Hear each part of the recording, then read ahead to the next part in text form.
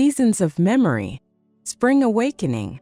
The old grandfather clock in the hallway chimed 6 times, its familiar voice echoing through the farmhouse just as it had for the past 47 years. Margaret Rose Henley, Maggie to those who knew her well, opened her eyes in the pale morning light and smiled. Another day, another chance to tend to the life she'd built on these 120 acres of Iowa soil. At 72, Maggie moved with the deliberate grace of someone who had learned not to rush. Her morning routine was as predictable as the sunrise.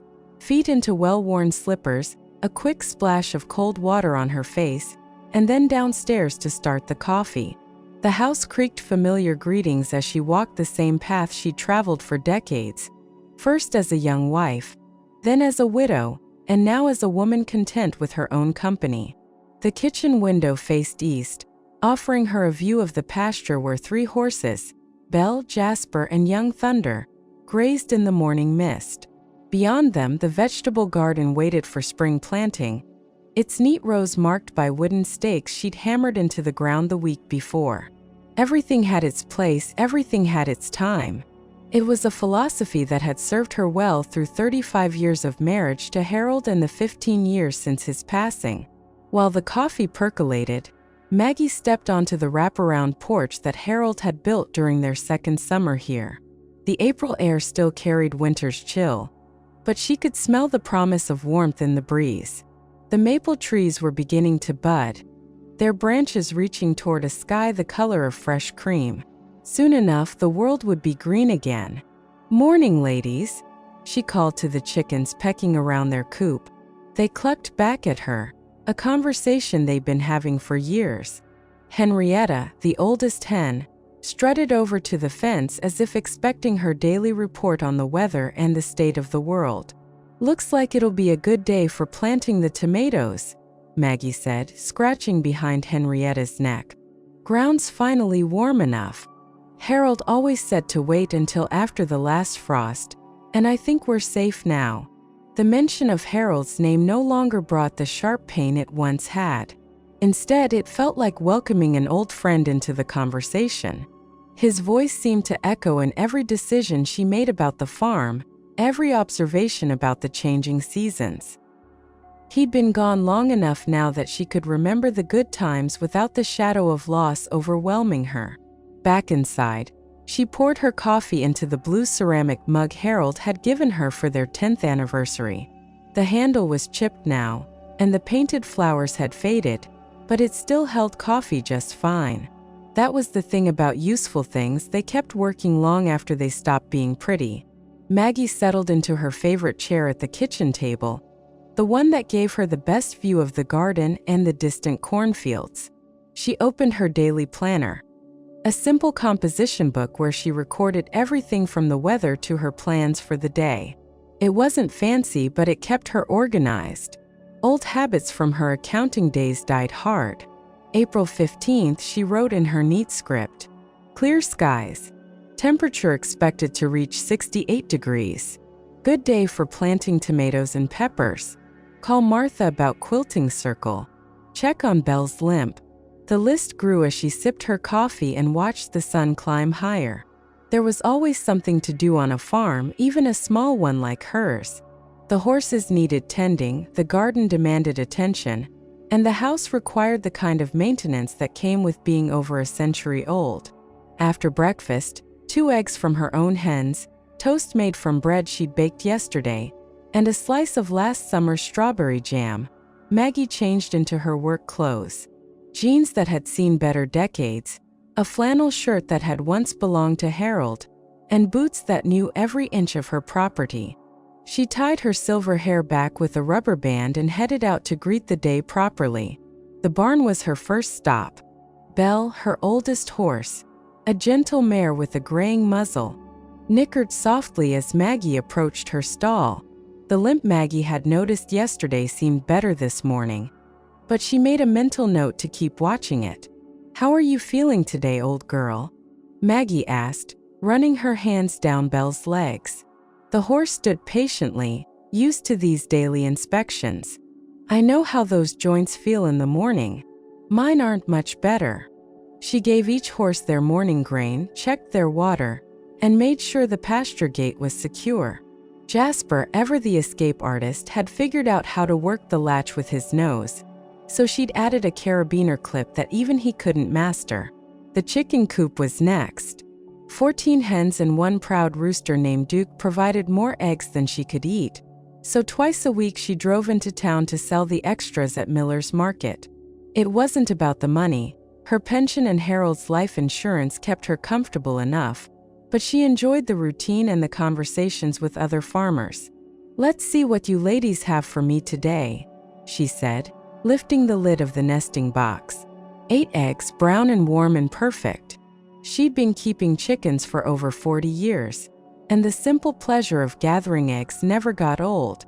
By 9 o'clock, she was kneeling in the garden, her hands deep in the dark soil that Harold had spent years enriching with compost and careful cultivation.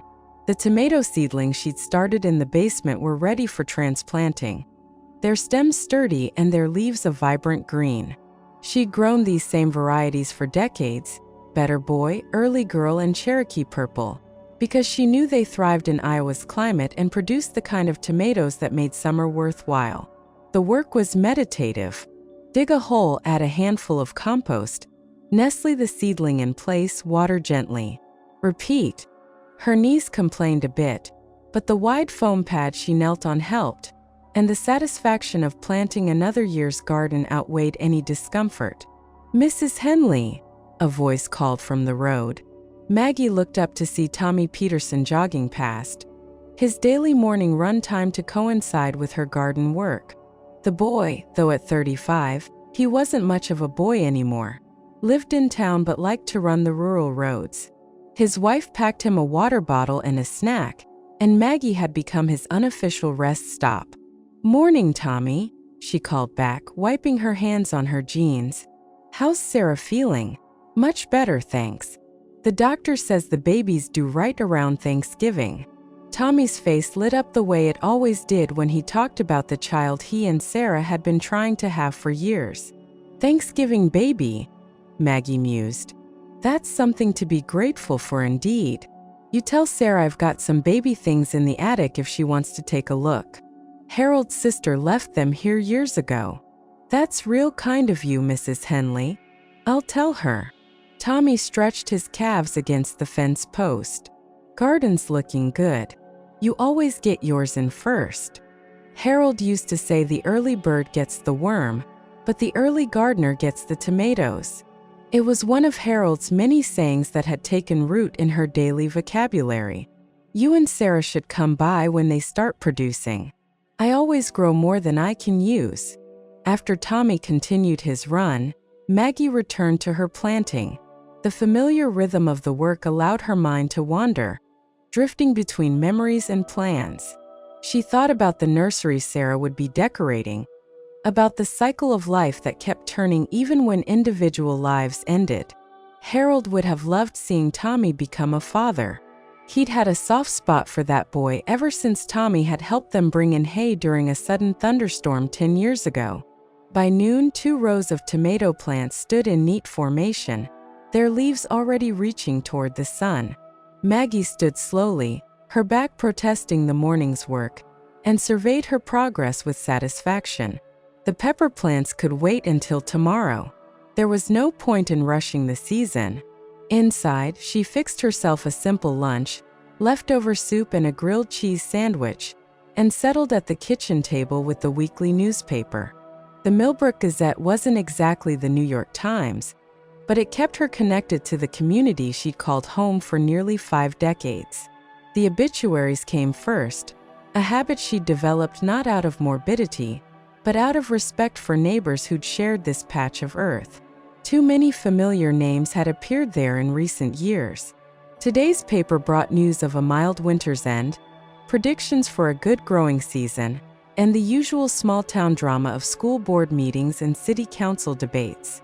Martha Kowalski's quilting circle was mentioned in the community calendar.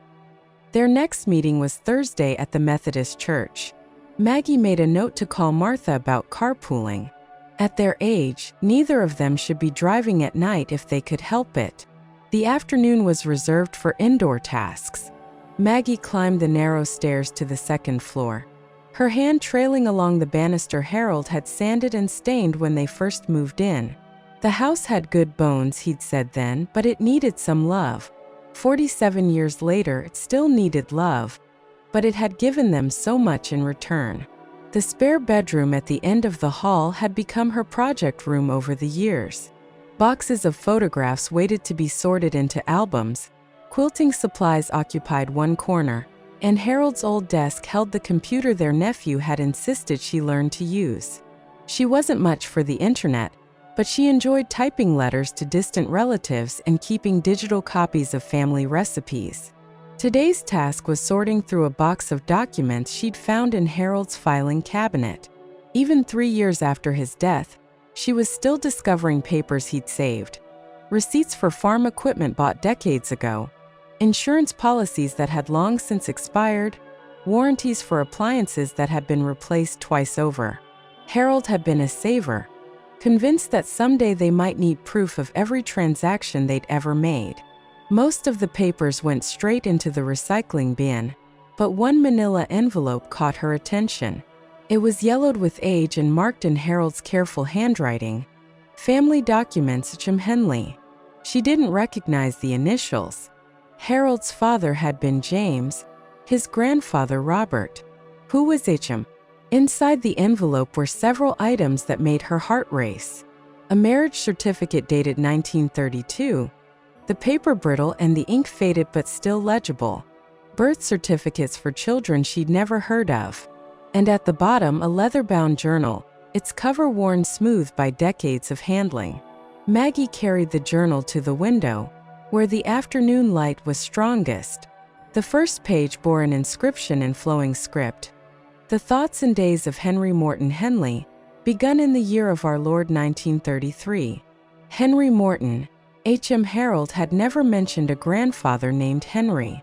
She turned the page carefully, mindful of the fragile paper, and began to read.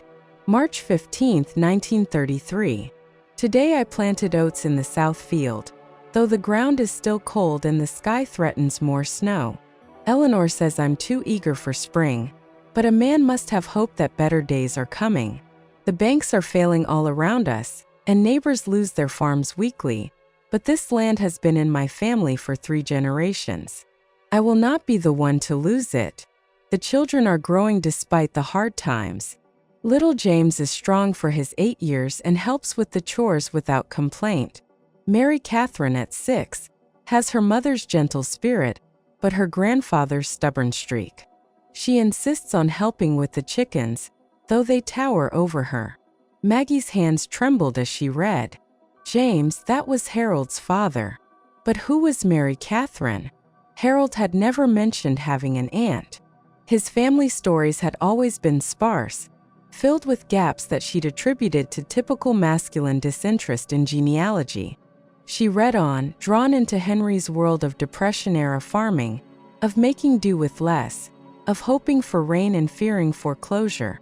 His voice was clear across the decades, practical yet poetic, worried yet determined. But as the entries progressed, a mystery began to unfold that would challenge everything Maggie thought she knew about her late husband's family. April 2, 1933.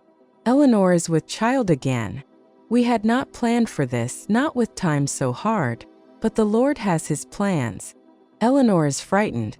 She lost 2 babies between James and Mary Catherine, and she fears this one will not survive either. I told her we must have faith, but in truth my own faith wavers in these dark days. Mary Catherine asked me today why some children have different colored skin than hers. I did not know how to answer. How do you explain to a child that the world is not always kind to those who are different? How do you prepare her for a truth that she is too young to understand?" The entry ended there, but its implications made Maggie's mind race. Different colored skin? What had Henry been trying to tell his daughter? And why had this journal been hidden away so carefully? The afternoon sun was beginning to slant lower through the windows when Maggie finally closed the journal. She had read enough to know that her husband's family history was far more complex than she'd ever imagined. The Henry Morton Henley who emerged from these pages was a man wrestling with secrets and difficult decisions, a man whose story had somehow been erased from family memory. She looked around the spare room, seeing it with new eyes. How many other family secrets were hidden in these boxes and drawers? How much of Harold's past had he kept from her, perhaps without even knowing it himself? The sound of a car in the driveway interrupted her thoughts. Through the window, she saw Martha Kowalski's ancient Buick pulling up to the house. Martha always drove too fast and parked too close to the flower beds, but she was the kind of friend who showed up when you needed her, whether you'd called or not. "Maggie!" Martha's voice carried up the stairs. "You home?" "Coming," Maggie called back, carefully placing the journal in her desk drawer. Some discoveries needed time to settle before they could be shared, even with the dearest of friends. Martha was in the kitchen when Maggie came downstairs, already putting the coffee on as if she lived there. At 74, Martha was 2 years older than Maggie and twice as energetic. Her gray hair was always perfectly styled, her lipstick never smudged, and her opinions never in doubt. "I was driving by and saw you'd been working in the garden," Martha said. "Thought you might like some company. Also brought you some of my banana bread. I made 3 loaves and Tom says if I don't get them out of the house, he'll eat them all himself. You're always welcome, you know that." Maggie accepted the foil-wrapped loaf gratefully. Martha's banana bread was legendary in the county. "How's Tom's back doing?" "Better, finally. That physical therapy is helping, though he complains about every exercise they give him. Men are such babies when it comes to pain." Martha settled into her usual chair at the kitchen table. "Speaking of which, have you heard from any of Harold's family lately?" The question hit closer to home than Martha could know. "Not really. You know how it is with Harold's side. They were never much for keeping in touch." "That's a shame. Family's important, especially as we get older." Martha stirred sugar into her coffee thoughtfully. "I was going through some old photographs yesterday and found one of Harold's father at our wedding. He was such a distinguished-looking man. Looked just like Harold would in 30 years. Maggie nodded absently, her mind still on the journal upstairs. James Henley had indeed been a handsome man, with the same steady eyes and strong jaw that Harold had inherited. But now she wondered what other traits had been passed down through the generations, what stories had been lost or deliberately forgotten. "Earth to Maggie," Martha said, waving her hand. "You're a million miles away." "Sorry, just thinking about spring planting. My mind's been on the garden all day." "Well, that reminds me. The Quilting Circle is making a garden-themed quilt for the church auction. We could use your help with the piecing. You always did the finest stitch work of any of us." They spent the next hour discussing quilt patterns and gossiping about church members, but Maggie's thoughts kept drifting to the journal upstairs. When Martha finally left, promising to pick Maggie up for Thursday's meeting, Maggie found herself alone with questions that seemed to multiply with every passing minute. Evening came slowly to the farm, the way it always did in spring when the days were finally growing longer. Maggie did her evening chores, feeding the horses, gathering eggs, checking that all the gates were secure, but her heart wasn't fully in it. The journal called to her like an unsolved puzzle, its secrets waiting to be unraveled. After a simple supper of Martha's banana bread and a cup of tea, Maggie returned to the spare room.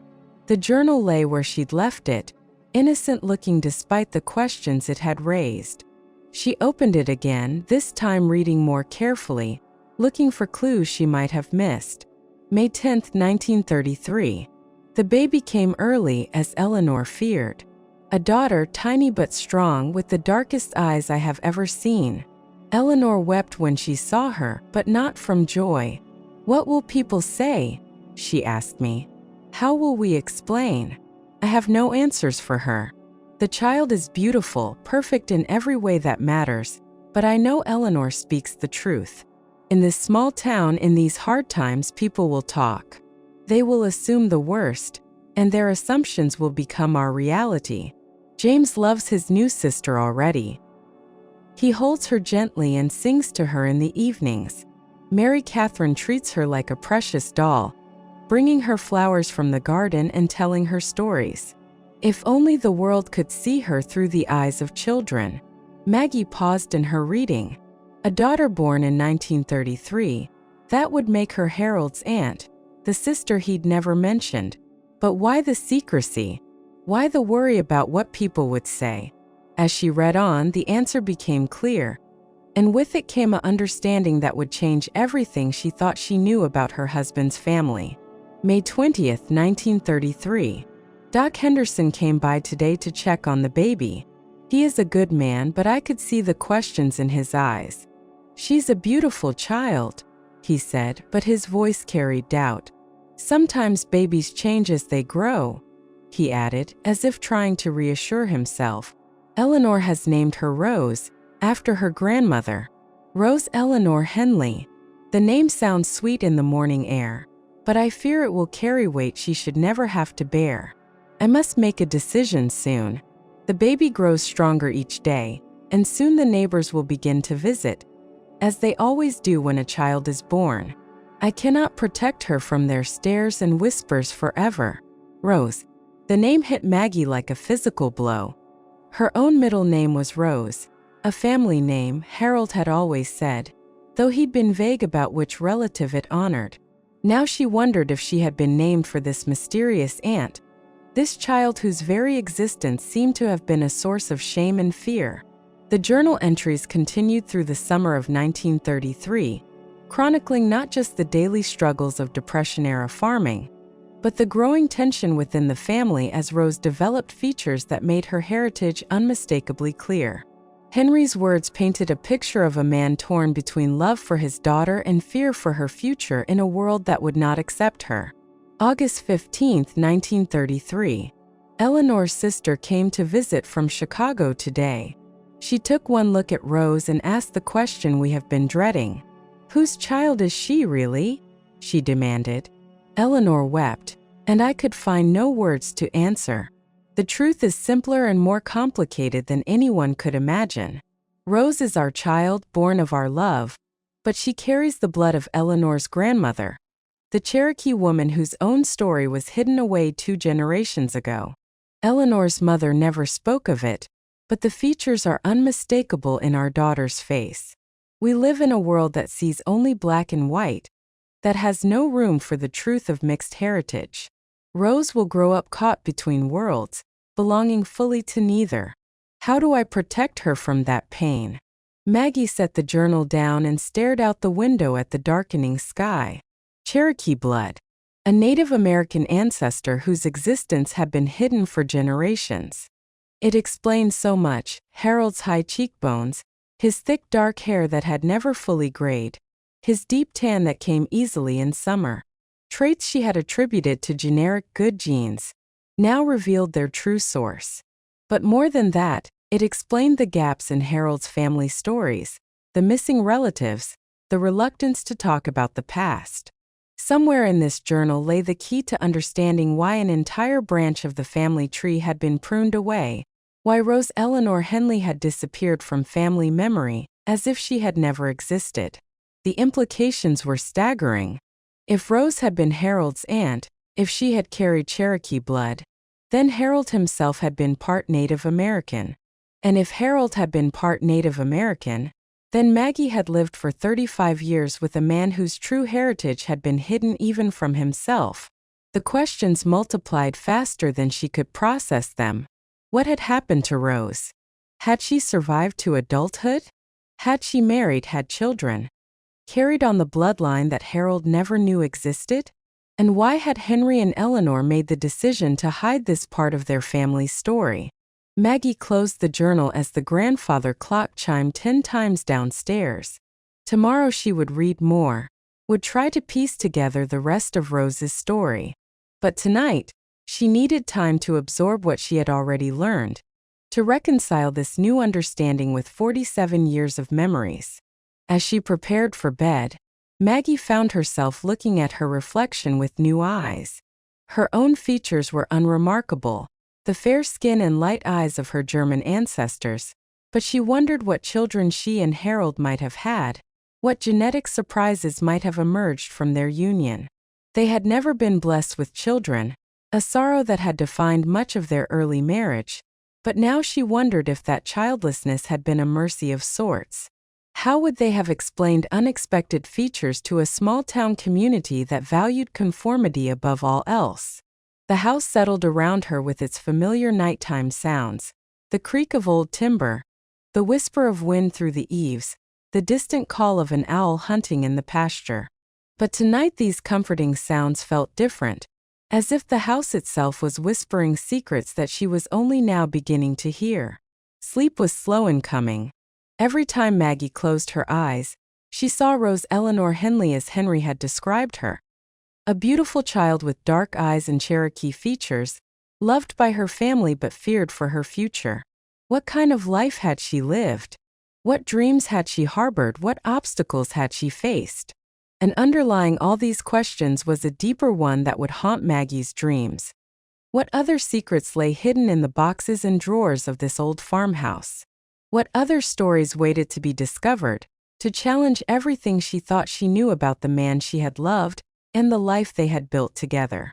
The wind picked up outside, rattling the windows and stirring the curtains. Spring could be a restless season, full of growth and change, but Maggie had always found comfort in its predictable rhythms. Now, as she finally drifted toward sleep, she wondered if this spring would bring changes she wasn't prepared for, discoveries that would reshape not just her understanding of the past, but her vision of the future as well. In her dreams, she saw a young woman with dark eyes and Cherokee features walking through fields of corn, her steps sure and purposeful despite the uncertainty that surrounded her. The woman turned and smiled, and Maggie woke with tears on her cheeks, though she couldn't say whether they were tears of sorrow or recognition. The journal waited on her desk, patient as the seasons, ready to reveal the rest of Rose Eleanor Henley's story whenever Maggie was ready to hear it. And tomorrow, with the morning light and a fresh cup of coffee, she would continue reading, would continue the journey into a past that was both foreign and familiar, both heartbreaking and somehow, ultimately, hopeful.